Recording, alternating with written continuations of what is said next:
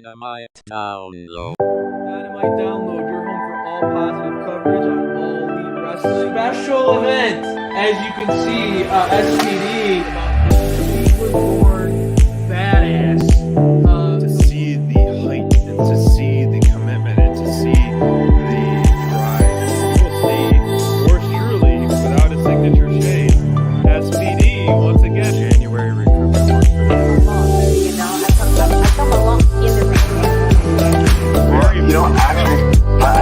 I didn't do that. I was thinking Dynamite, all three in the flesh. Have to do an interview with those guys. You know why? Because they spread positivity about AEW. Welcome to Dynamite Download. What's up, everyone? Welcome to Dynamite Download. That is right. That's Tiny Huggy to do that intro. Yes, we will happily re-record that. That is my buddy from Philadelphia who's got a great voice for radio, great announcing voice. But thank you, everyone. You check your screens. You're not seeing Crayfish. You're seeing MYNDRUNNER, our special guest co-host this week. SPD and Dynamite Download are back. We took a little bit of vacation break, but we're happy to welcome back episode 81 here. And thank you so much, MYNDRUNNER, for joining us here as a special co-host on a pretty important show in terms of setting the stage for what's ahead of the next month. You know, we're in May, we're in the final run ahead of Double or Nothing. We got another match announced and pretty much hinted at that third match. But looking at this card, man, before you watched the episode, what match was really going to stand out to you that you thought was going to steal the show or really be impactful? Hands down, the Dante Martin Ray Phoenix match. That to me, that's like two of the Titans, two of the. I don't even think either one of them are from this planet. That that's going to be a zero gravity flip fest of just back and forth. And spoiler alert, it was. It was even better than I imagined. I think at some points, and it's just a shame. This and again, free TV. We got this free TV. This wasn't pay per view. This was free TV. We got this match. I think a lot of people are looking forward to it, myself included. Yeah, and we'll dive deep into that. I got a lot to say about that because Ray Phoenix has consistently been my top performer week in and week out when he's healthy. And it's great to see him back. And I put it on our Twitter that the wrestling world missed him, AEW missed him. It's just not the same without Ray Phoenix in there. And he definitely showed up tonight against a young guy in Dante Martin.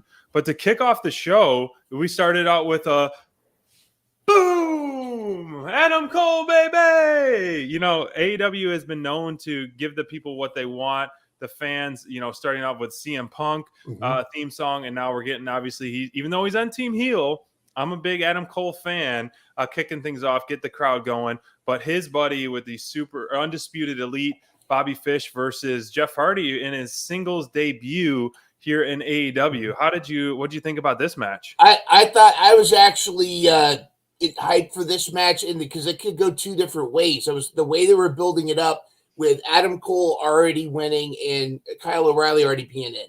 So now you're thinking, is Jeff going to lose? And so they're going to have like this whole undisputed in the running through the tournament kind of thing. Right. But I think what they set up at the end of this was kind of the idea.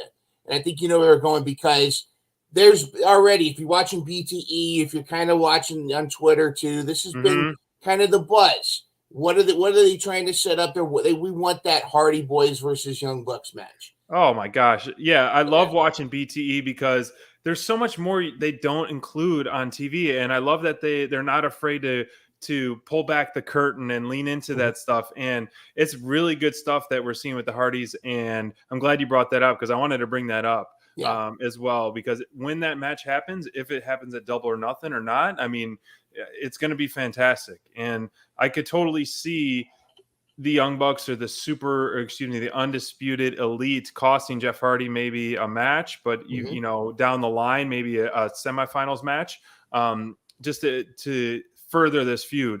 But honestly, it's great seeing Hardy in the ring as a singles competitor here in AEW.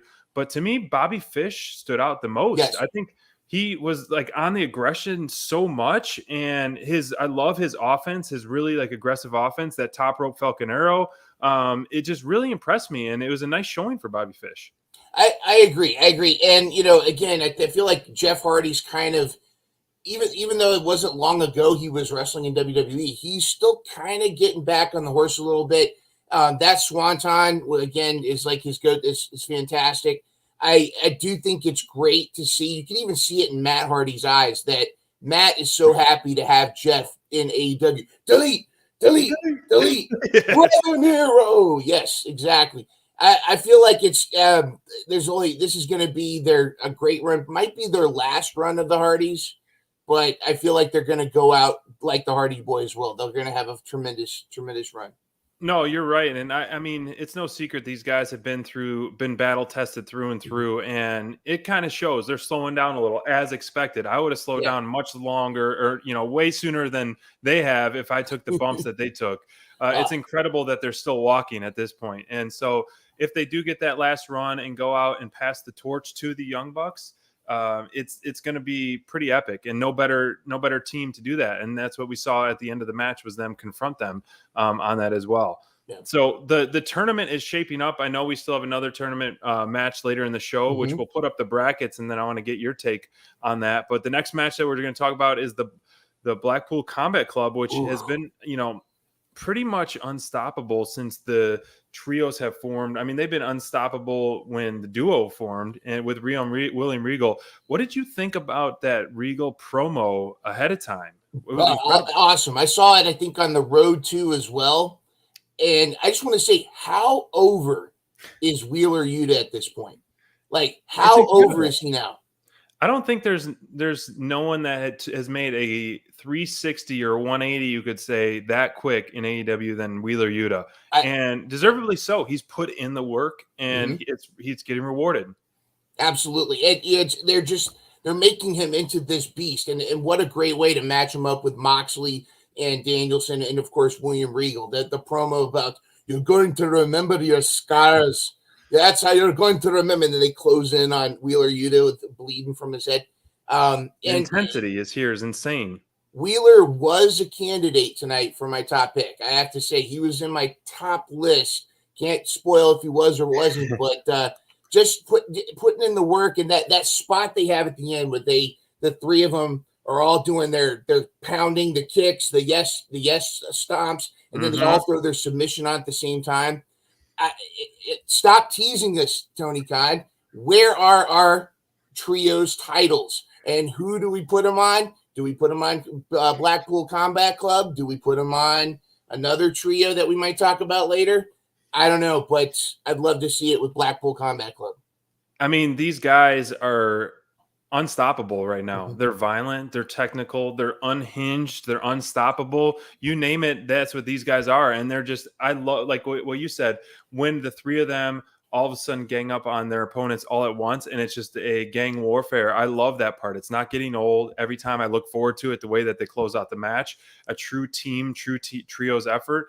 And there's a lot of great trios in AEW. And, I put it out on our Twitter. If I want to ask you, Mind Runner, right now, since we're talking trios, which trios would you put it on Blackpool Combat Club, or is there another group that you put it on? A month ago, I would have said it's got to come down to House of Black versus Death Triangle. Then Blackpool Combat Club came around, and for a while too. I mean, even with the Marco Stunt days, true. Moment of silence for Marco Stunt. It's a work. So he's coming back, and he's coming back as a heel, and he's going to run AEW. But no, you'll die on that grave right there. Hey, it's a work. Trust me, he'll be back. But I always thought, that was a great trio, the Jurassic Express, and we can talk a little about that later. But I feel like Blackpool Combat Club is kind of like you said, unstoppable, and I could see them just dominating if they opened up like a trios tag tournament or something like that. I could see them and ultimately coming down to either Blackpool Combat Club versus House of Black, which would be tremendous. But imagine Blackpool Combat Club versus Death Triangle.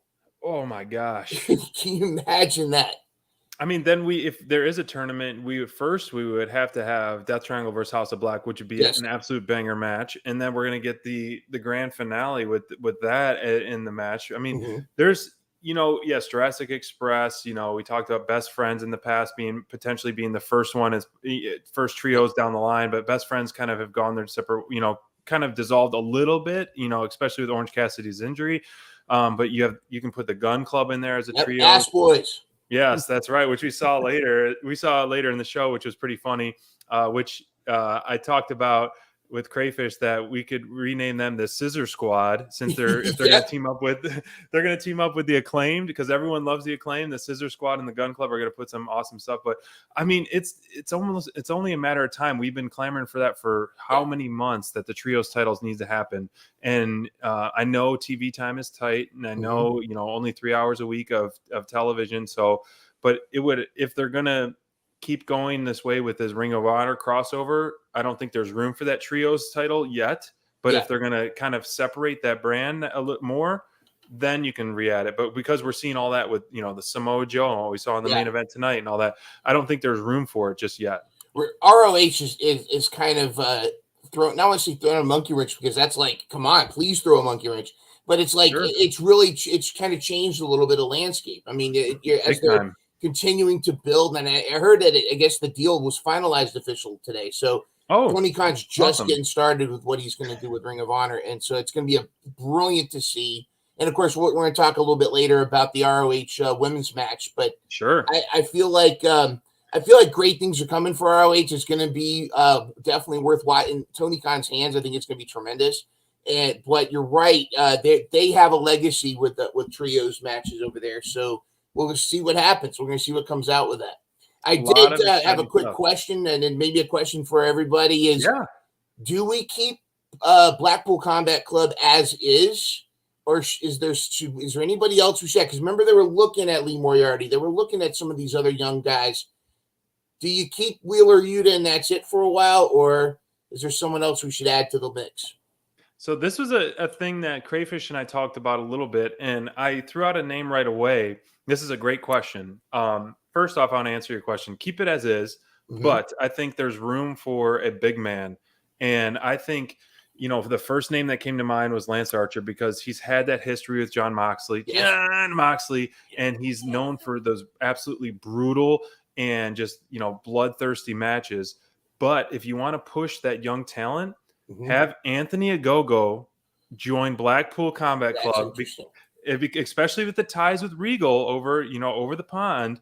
And then he could, we haven't seen him in the factory that much. Maybe kind of have, of him being upset not being used in the factory, and then the Blackpool Combat Club kind of hinting. So I think that would be a dark horse candidate right there. In my opinion. Came very close to doing that too. They should have. They pulled the trigger, because one of the most recent dark matches, I think it was Dark or Dark Elevation, it was Blackpool Combat Club versus the Factory. Was the main event, and Ogogo was at ringside. And Ogogo gave me some crap on Twitter about this. I said, "Okay, why didn't you step in? Your boss, QT Marshall was getting his ass handed to him, and you just I was waiting for him to come in and just give him a little left and right, little bit of the shuffle there." And it sets itself up, because Ogogo, Regal, right there. You got some history there. Oh, you think from the straights on from the, you get this whole thing going. It would have been perfect. And just seeing a Moxley versus just having Ogogo go through all three of the members of Blackpool Comedy Club, Blackpool Combat Club. Yeah, there you go. That would be tremendous. I think that would be it's a storyline just waiting to happen. Pull the trigger. They haven't done much with the Go-Go, and I don't know if there's something going on behind the scenes. We don't know, but it's time to get him. I mean, he's the one member of the Factory that arguably isn't a glorified enhancement talent. And I don't mean to say that, and no offense to QT Marshall. I know he's our boy and stuff, but let's be honest. It's the Factory. No, I agree. I think we'll mark this date down and look back on this in a few months. And I hope it's true, because someone as, not in a bad way, it's true, green in the industry could benefit light years to be surrounded by someone like William Regal, John Moxley, Danielson, and even Yuta with his experience on the Indies, I think he would benefit way more in the Blackpool Combat Club versus Lance Archer, even though Lance Archer would be awesome in it because his direction right now is so hit or miss, flippy flop. It would work both ways for both those guys on that. So that's exciting booking for sure. I like that question and that topic as well. But another one of the inner marks, our favorites here is the War Dog, Mr. Mayhem, Wardlow, going against a mystery opponent that is 7 feet tall, and you can't teach that for sure. Which we kind of hinted for that. But when MJF officially announced William Morrissey out there, aka Big Cass, I was, his story is very, heartwarming in a sense. I'm a sucker for heartwarming. I know his struggles, his personal struggles, and he revamped himself. The guy looks like $1 million. He's got about a baker's dozen bottles of baby oil, probably MJF put on him tonight. But he looked awesome, and he had a great showing in this match. So very impressive outing for Wardlow and William Morrissey. I think he, even though losing to Wardlow, it didn't do him any harm because Wardlow is going to be pushed. He's getting the Goldberg treatment right now, which I thought about as soon as he's walking out with the security guards and the crowd is chanting Wardlow, Wardlow, that Goldberg treatment. So whether you're 7 feet tall or you're 10 feet tall, Wardlow is going to go through you because the sky's the limit with this guy. This has been a tremendous storyline, and this is what I feel AEW does best when they stick to it. In the times where they kind of go, they forget about it. I don't know, but this has been one of those storylines that's been tremendous.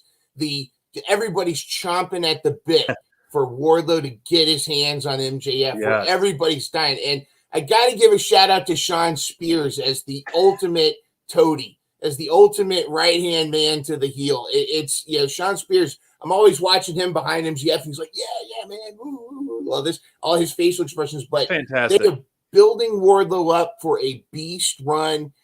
He is already over. The pop he got with no music, the That's pop impressive. he gets. And then that whole scene after destroying Morrissey, I would say destroy, but beating him, the security team couldn't even stop him. That whole beat where he was throwing everybody, pretty much all of the everybody from the back, all the security team was getting knocked around, and he was just a beast. And I feel like too, he's getting the Goldberg treatment, but he's one of the first people in a long time to kind of get that Hulk Hogan, Kurt Angle pop when when he undoes the straps and he's like this. The crowd, it's time. It's coming. The symphony's coming. The power bombs are coming. Mayhem is coming. Wardlow's start. The belt will be around Wardlow not too soon, but I feel like within a year we might see Wardlow with some gold around his waist.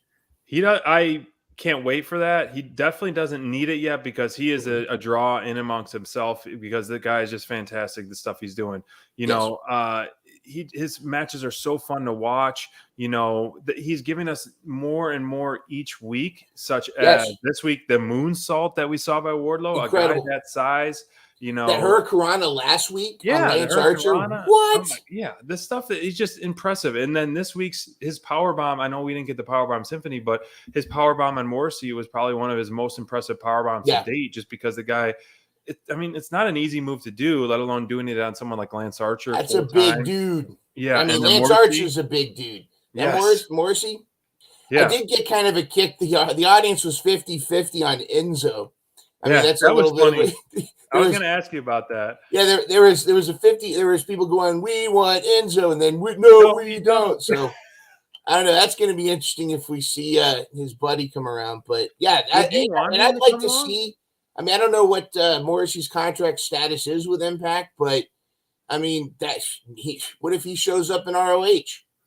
Yeah, the guy deserves to be wrestling somewhere. I think, he's revamped himself for one, and he can go in the ring. And whether it be with, a mic piece, I know he's been doing indie bookings with his old tag team partner, Enzo, but the guy deserves to be working somewhere.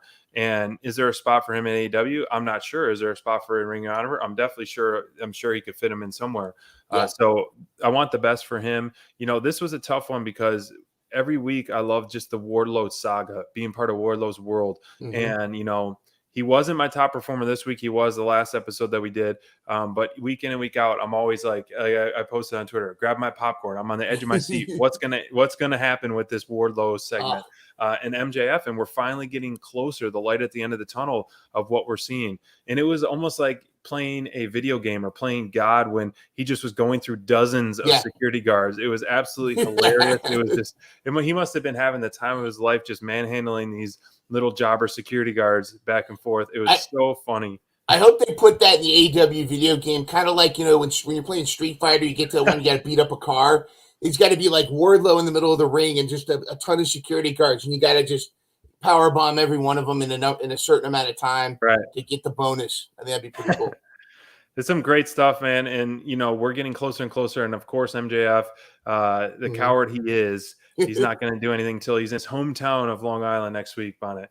But one guy as the resident babyface, this is one person that I'm all in on Team Heel is Chris Jericho. The stuff that he's doing, the wizard, Chris Jericho. The wizard, the demo god, the influencer, Le Champion, whatever you want to call him, it doesn't matter. Chris Jericho is always on the top of his game, and he's never missing. And, you know, he threw that fireball last week being the wizard. It's just so fun. I bet you, you know, I wasn't tied into the Twitter universe or the social universe last week when he threw that fireball. So I don't know if people were just kind of trending that he was the wizard doing that stuff or self-calling himself that, but it was funny. He had mentioned it on Rampage, and that kind of was his thing. But yeah, he's like, I'm a wizard, like where the fireball came in. And, you know, Deb and I were expecting Eddie Kingston to show up with his eyebrows burned off or something. I saw that photo. It's so funny. But yeah, and, you know, first of all, first thing Deb sees, she's like, hey, I want that jacket. Look at that jacket. Look at the fringe on all that stuff. He's a fantastic jacket. Jericho is playing, and this has been perfect. Like when they first, like, in JAS, I was kind of like, well, it's kind of a lame name, but it actually, to me, it's great that it's lame because I'm catching little nuggets here and there. Like they got the Magic Daddy Magic there. He does the intro.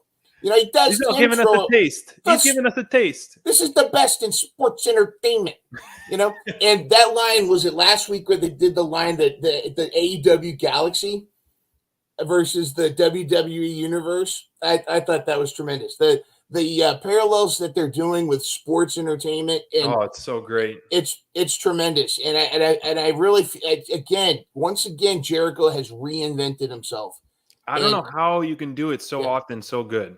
And I feel like it's great that he's giving like the 2.0 guys and Garcia this spotlight. You know, they're elevating them in the process. You know, Hager is Hager. He'll always be Hager. I mean, he's kind of he does what he does, but you need that muscle. They got tremendous personalities of the 2.0 guys, and adding them into this whole mix. And I feel like it's just a great. They're just all feeding off of Jericho's ego, and what a great feud to put him against the realest people in the company, against a wrestler who may not realize pro wrestling is scripted sometimes, Eddie Kingston. And another question kind of that I was thinking about, we've got Eddie and we've got Santana and Ortiz. Are we building up for a blood and guts? Are we building up for a 5-on-5 here? That's if so, question. Yeah. Who do we add? That's a very good question. I had that in my notes for this show with you. I wanted to pick your brain. I was like, where do you go from this? Because, you know, this was such a fun match, such a good feud that we're getting so far. Yes, I've been Team Inner Circle from day one, and I'm sad to see them break up. But this is a great segue because I think 2.0, as you know, to echo you, are just overflowing with character and charisma. These guys are hilarious. Every time they're on screen, they steal the show, and they just make me laugh out loud more than most people on the show. And so their comedy level is top notch, and they're giving us all a big taste, and they're giving us a peek. You want to take a peek? A taste. I got a couple thoughts, and I've been thinking about this, and you know, if you do go 5-on-5, you got to get at least one person kind of from Eddie's past or from the LAX's past, what have you. Names like Homicide come to mind. Yeah. He's been in there before. He's done a run-in before. Right. Yes, Homicide and Hernandez. I like those odds. Thank you, Scoot. The Scoot is in the building. I do like those odds. Yes, here's what I was thinking. You could also go, again, with the Forbidden Door open. Eddie's passion for Japanese wrestling, for New Japan. I could see someone coming from New Japan to join in on him. Here's how you book this, though. You got to go with introduce the fourth member here in the next week or so. Have them come in and do the save run-in. So now you've got your fourth member. Maybe it's a Homicide. Maybe it's somebody else. Maybe it's this Takeshi guy or something. You bring somebody in, but you don't reveal the fifth. Eddie says, I got the fifth guy coming at Double or Nothing. I've got the fifth guy. And then, just like they've done before and in other wrestling companies, of sports entertainment companies, you bring in as the fifth member of Team Eddie Kingston, the Swiss Superman himself, formerly known as now as Claudio, the former Cesaro, comes in as number 5. Wow. Imagine that. And they do have a history. Eddie and Cesaro do go way back. I don't know their history. So where were they? In the Indies, long before they've. In fact, there's a great picture somewhere of the two of them dressed like used car salesmen. I would love to see that. I mean, they look like they're ready to sell you like a used El Camino. But Cesaro would be one of those guys I would love to see in AEW because I think he was so. I mean, he had some good stuff. I loved him and Sheamus. Irish background, the Bar. I loved their tag team there. But pound for pound, the guy is so strong and so good in the ring. And so that would be a nice fifth wild card for a Blood and Guts. And it seems to me, I agree with you. I think it's going that way for some kind of 5-on-5. Stable versus stable war. And it's only a matter of time because week in and week out, we're seeing Jericho Appreciation Society giving us a big taste standing tall. So, they're not going to stand tall for long. And that's kind of the karma of the ring, if so to speak. It's whoever's standing tall as you're getting close to the match. They're usually the ones that go under at the actual blow off. So, you're right. Yeah. So not always, but most of the time. The night before a pay-per-view, whoever loses is going to win the next one. It's, booking 101, but that's okay. That's all right. Next match, moving on, we're talking about, I think our match of the night. Before we talk about that, we saw the House of Black and the Varsity Blondes get confronted on that. A little bit of, turmoil and kind of confusion with Julia Hart. I'm curious, what do you see happening with Julia Hart and Varsity Blondes? It's still unknown. Pardon my expression, but they're giving me some serious blue balls with this Julia Hart thing. I thought tonight was going to be the night. I thought tonight was, and it was almost the night. And you got to give kudos to Julia Hart. She did play it up. I mean, she had the fear there at the end. And Varsity Blondes have kind of fallen off the tag team themselves. I mean, it's harsh, but it's kind of happened. I could see Griffin and Brian kind of doing their own thing at some point. But I feel like they should have pulled the trigger tonight with Julia. I feel like they should have just gone for it, and she should have gone crazy and then joined the House of Black.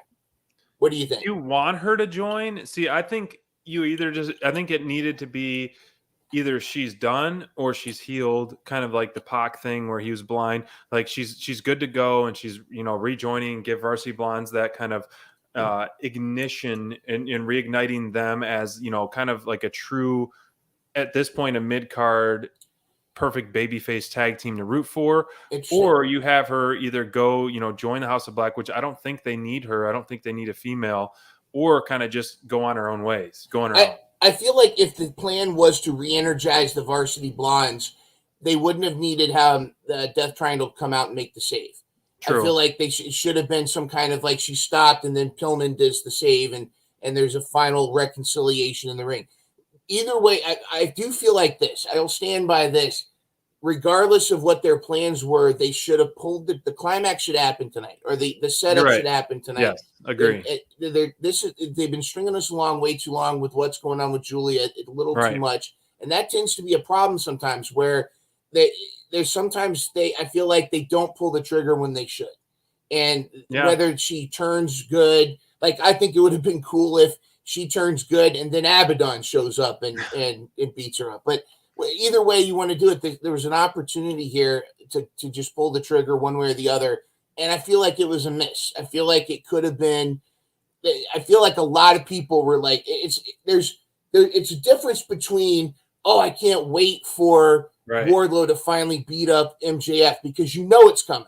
Like you see, he's got to go through these people. That's different than, okay, what's going on with Julia? Finally time to pull the trigger. Oh no, she ran away covering her eye. What's going to happen? We need more than that. I felt they should have. That's a good point you talked about Abaddon, because I know when we were at All Out Weekend, Malachi was talking about Abaddon and other potential females joining the House of Black. And so I think it would have been a cool double swerve where she took off her thing or took off her eye patch and potentially was going to join them. And then, a double swerve, another female came in and beat them up. And then that could set up to maybe a trios, a mixed tag or something along the lines of House of Black. But I think the bigger feud, the bigger picture is the Death Triangle and the healthy Death Triangle and a House of Black, a full House of Black, which is going to be an absolute banger of a show or a banger of a match for sure. Like as we saw here, Dante Martin and Ray Phoenix. Man, it is so good to have him back. Like I mentioned earlier in the show, the wrestling world is not the same without him. That injury was absolutely brutal. It was very tough to watch and very nerve-wracking because of, the severity of it. Thankfully, it wasn't as severe as it was, and he's back in, almost, less than 5 months, which is pretty incredible stuff. So this match is a dream match for me because I'm a huge. Ray Phoenix is definitely in my top 2 or 3 AEW superstars or wrestlers in the world currently. And Dante Martin is just this guy who's always a show stealer. Incredible. And it was everything I was expecting. Like, of course, it writes itself. You say Dante Martin, Ray Phoenix. It's, they're not going to touch the ground for 16 minutes. They're going to be all over the place. They're going to be floating here. It's going to be Crouching Tiger, Hidden Dragon, all over. And the spots and the creativity. And I know a lot of it's Ray Phoenix, but like Dante Martin being able to do a lot of this stuff. That one spot where they both were at the top rope and they both did a Spanish fly and they both landed on their feet and they're like, and they're just like hanging out in the middle of the ring. I mean, that was tremendous. I Incredible. mean, everything. There's the boom, hop here. And even the picture-in-picture, Deb and I were laughing because we're watching this tiny little screen, but we're watching them bounce around on this tiny little screen like little ants. It was like circus fleas. It was incredible. But this was, again, what a great way to not only bring Ray Phoenix back, but to showcase Ray Phoenix, but showcase Dante. And again, sad about his brother Darius out again, but Dante is such an incredible talent. I mean, he's kind of like Wheeler Yuta from the standpoint of he has worked his tail off to this point. He's a clear talent. He's so likable. You can see him smiling in the ring, and it's not just because he's with Sky Blue, but it's, he's just, he knows it, and he knows he can do this stuff, and he's so tremendous to watch. And Ray Phoenix, of course, defies gravity. Wasn't entirely sure how this was going to go, but I feel like the right person won for the tournament. But the sky's the limit for Dante. I mean, we're going to be talking about Dante Martin 10, 20 years from now. The guy is so young. I don't even know if he's old enough to have a beer yet, but it's incredible. The stuff that he's doing at his age, I couldn't even imagine what I was doing at that age. And, I don't even want to talk about it, repeat that. But, this was the only match that got the loud echoing, "This is awesome" chants and "Fight Forever" chants. And it deserved every second of that. The stuff that, man, Ray Phoenix, every single one of his matches is absolutely incredible to watch. I cannot talk about him enough, how incredible of a talent he is. And, I'm a guy, I do like a big guy, big moves kind of guy, but Ray Phoenix is one of those performers that just constantly leaves my jaw dropped. And Dante Martin is not far behind that. Every time he's in the ring, leaves my jaw dropped as well. These two combined it was a perfect combination, and the sky's the limit with them. And I think it was a great test and a great essentially learning match for Dante as well. Yes, because he's doing so great, and he's proving that he's be able to stand alone as a singles competitor. And this goes to show, here, my pick and your pick for Dynamite, or the Dynamite top performer. I had to go with my guy Ray Phoenix, and you went with yours, Dante Martin. These guys stole the show. They deserve it. Hands down, stole the show. And I love that moment at the end when Ray Phoenix got the pin. He just kind of leans over, and that was that whisper interaction that we'll never know what they said, but right. That's that seal of approval. And again, the parallels between these two guys, they both know how good they are. And they're like a fish in water. They thrive when they're doing this kind of stuff. You're absolutely right. And I feel like they're cut from the same cloth. This again went to Ray Phoenix. I went with Dante just because, more so that he kept pace with Ray Phoenix. We already know what a wrestling god that Ray Phoenix is. Dante Martin kept pace with him the whole time. It was everything we wanted it to be.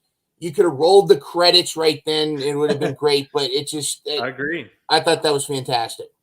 You're absolutely right. I would have been happy with close of the show, but we still got a main event to talk about. But I want to show the Owen Hart Foundation men's tournament brackets. As we see this, who do you want, and who do you think will come out on top? I know those are sometimes two different things. You got to think as the booker, and you got to think as the fan. Yep. So. And didn't we talked about this before? It's like Crayfish goes with his gut. You go with your heart, and was it Bonds used to go with his brain. Before we get into that, because this influences my decision on my pick, who do you think the Joker's gonna be? I think it's got to be someone with Jay Lethal's clan. It's got to be. So?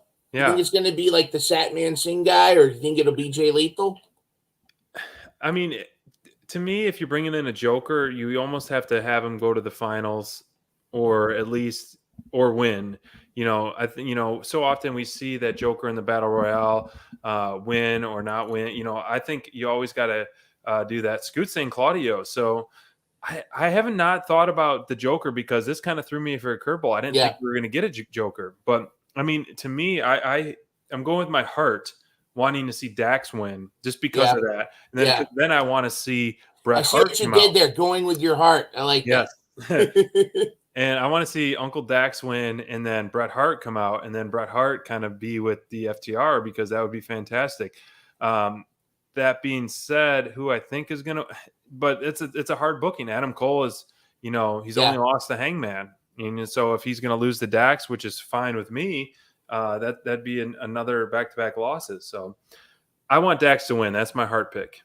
And I like that, because that creates that final moment where, and you know that Cash is going to be at ringside. Cash is going to second Dax for this entire thing. Adam Cole losing, and perhaps losing as a result of something, like, because sometimes it depends on what happens first. Jeff Hardy versus Darby Allin. What if the Young Bucks or the Undisputed Elite interfere with the Jeff Hardy match, and then tit for tat, they come in and interfere. Of course, it's kind of – I don't know if I kind of would want this to be more of a pure tournament, but they are setting up for – you have to keep in the back of your mind, are they setting up for this, Hardy Boys versus Young Bucks, Hardy Boys kind of thing? I feel like as far as the Joker needs to be a big name. The Joker needs to be a pop. And, who's available? Who would either return – or who could possibly show up. I have a couple ideas. One is very much out there and probably not going to happen. One is like a 1 in a billion chance. But let me tell you who I think is coming. Samoa Joe comes out. He's got his music. Yeah, we might even see some interference from Jay Lethal and the crew. But no, I think that the Joker is going to be someone who needs to redeem this tournament, none other than Miro. I think Miro's coming back. I think it's going to be Miro as the Joker redeeming this tournament. I think he's going to. And again, Samoa Joe's awesome, but can you imagine Miro versus Samoa Joe? And then just Miro stomping through this tournament? To me, I think that would be tremendous. I feel like that would be an incredible matchup. That all depends. That all depends. It could be. I don't know if you guys caught it, but I feel like Miro as the Joker just coming in and just destroying his bracket. I mean, again, it's going to be great. I mean, whoever he takes on at the semifinals. But imagine the finals getting your dream and Miro in the finals. Miro versus Dax for the Owen Hart tournament finals. So that's a great thing. We have not seen Miro in so long, and it's one of those things. If Miro returns, I want him to win. You know, and also, like I said, my heart wants Dax to win just because of the ties to the Hart Foundation, the Hart family, and it's such a big fan and all that. So Miro is an awesome pick because the guy is soon. You know, he was doing some incredible stuff, incredible promos. You know, the Redeemer stuff.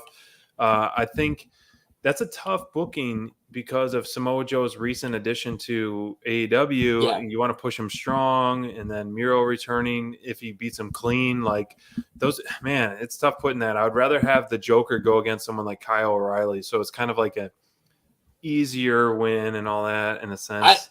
I agree with you, except from sometimes you got to take those chances. Sometimes you got to put those bookings in.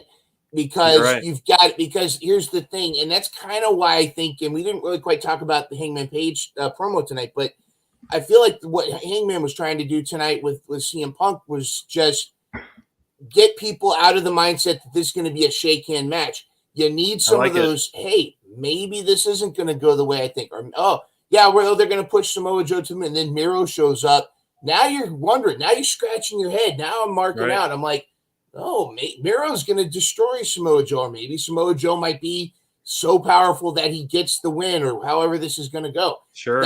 Those are the kind of matches where not knowing the outcome, like Dante Martin versus Ray Phoenix. I wasn't 100% on who was going to win that one. Sure. So those are the matches that I live for. Those are the matches that really pop me is when, I don't know how this is going to go.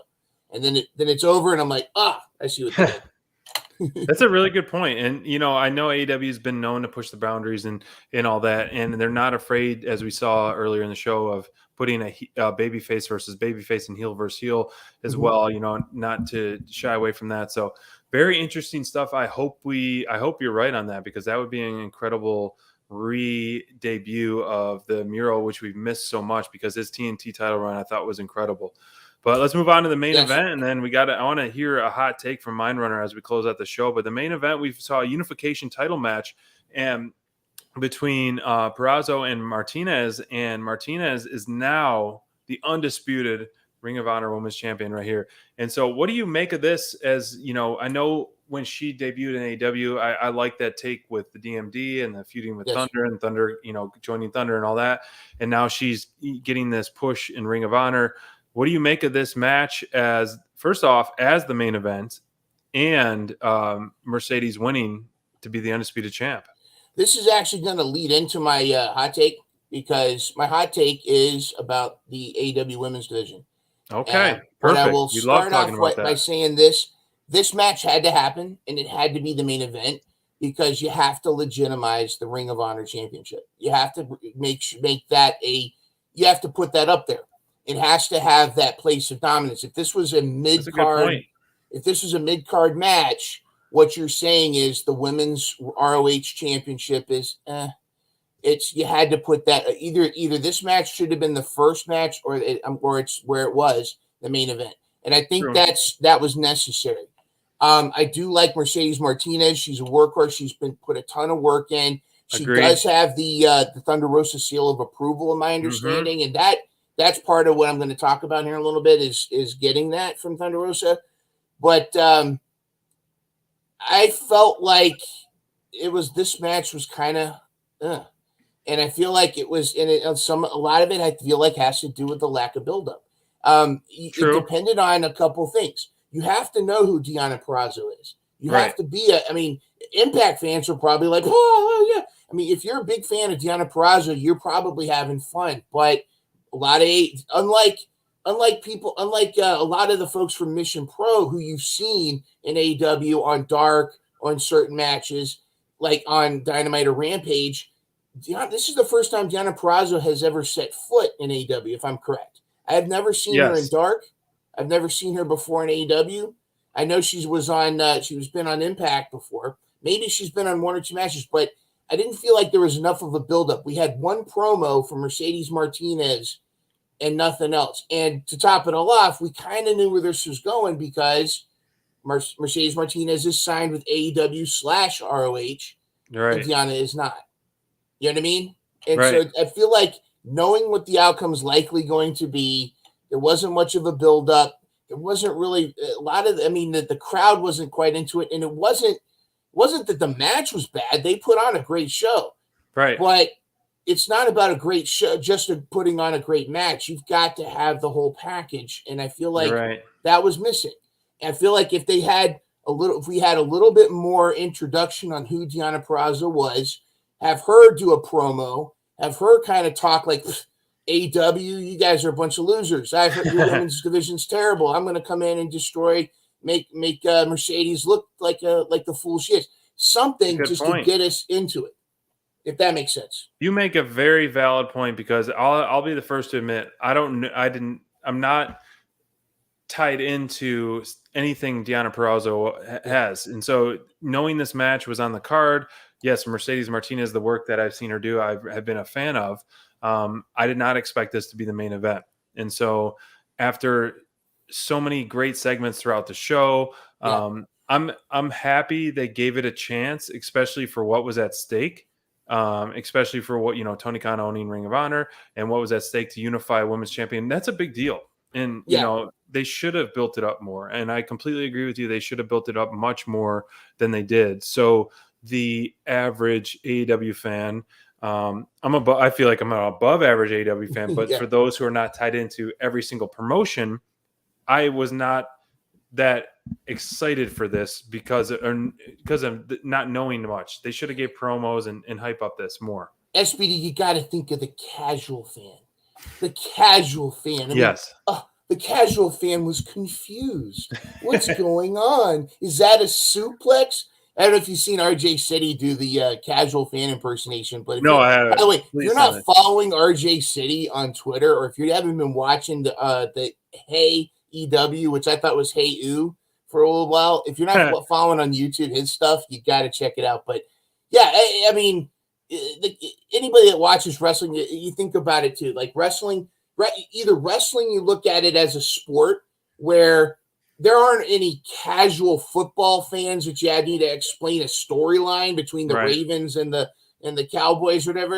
Hey, it's a football game. That's what you're watching, right? Mm-hmm. Or you look at it as a television program, a show where there is storyline, where there is this, that, and the other thing. And so nobody binge watches a show as a casual fan. You don't just say, hey, I'm going to give Breaking Bad a try. Yeah, I'm going to go ahead and try, I'm going to go try Ozark. No, you sit there and you're like, what's Ruth going to do? Well, what are the birds going to do? Good point. And the same thing with wrestling is I don't think there really is such a thing as a casual wrestling fan.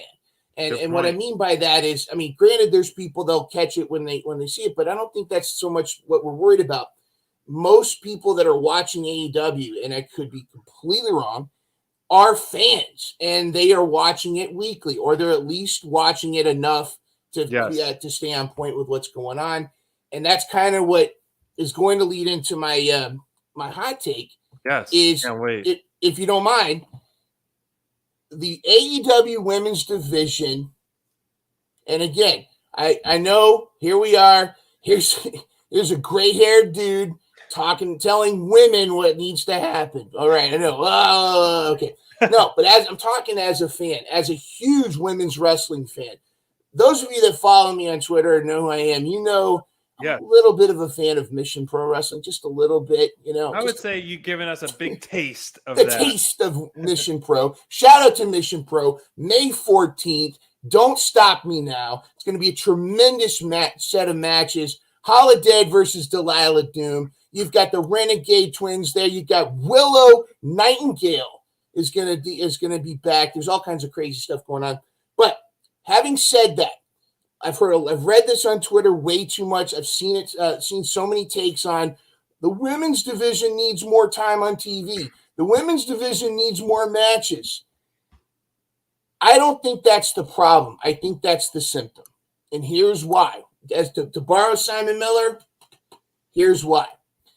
The problem is quality over quantity. And you got to ask yourself this question first.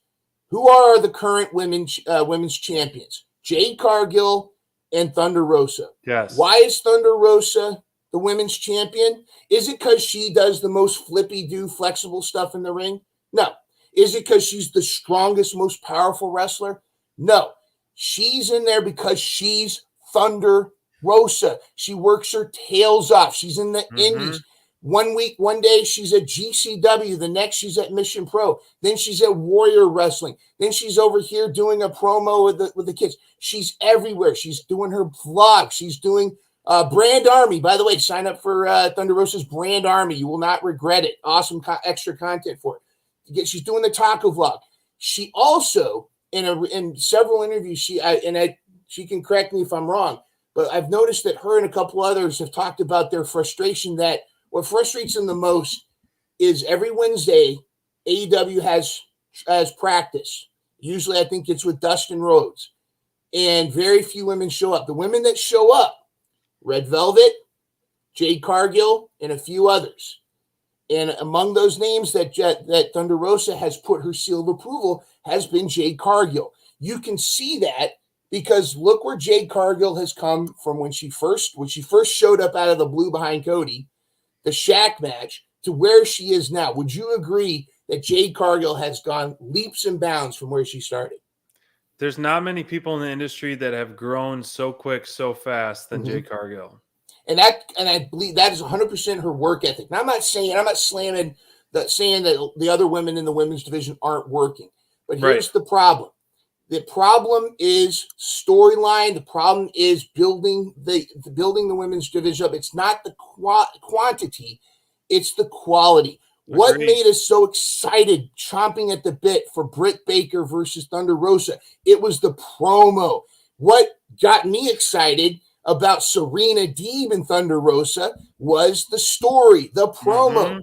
What gets you excited? It's the storyline that's going on. What are we missing in a lot of cases? The storyline. Case in point.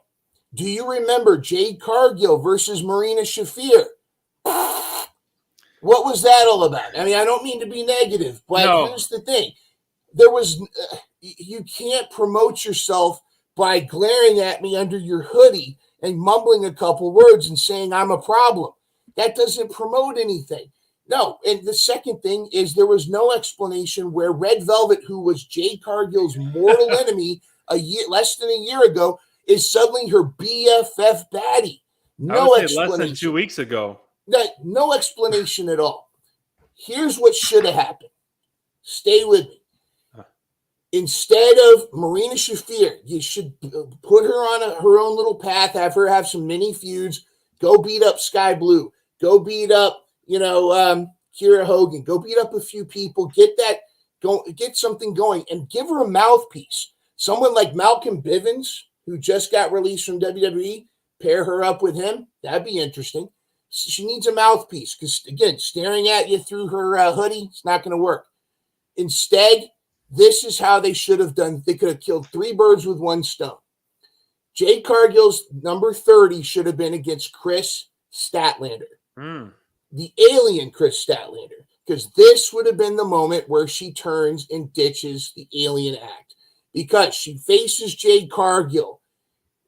Obviously, the storyline was going to be with Layla Hirsch turning on Red Velvet and everybody and being the villain. She's out with an injury. You got to pivot. This was the opportunity. In that match, that's when you have Red Velvet turn. That's when you have the turn, heel move. Everybody's like, what? Red Velvet, how could you, blah, blah, blah, blah, blah. And now everybody's chomping in the bit, just like you get in any television series. We got to get answers. We want to know, why did you turn on Statlander, Red Velvet, you scumbag? And that's what should have happened. It would have perpetuated everything. Then they have Chris Statlander takes your contact out. ditches the ET Act, and now she's badass Chris Statlander. No, that's a lot to digest, and I completely agree. That is a definitely quality over quantity.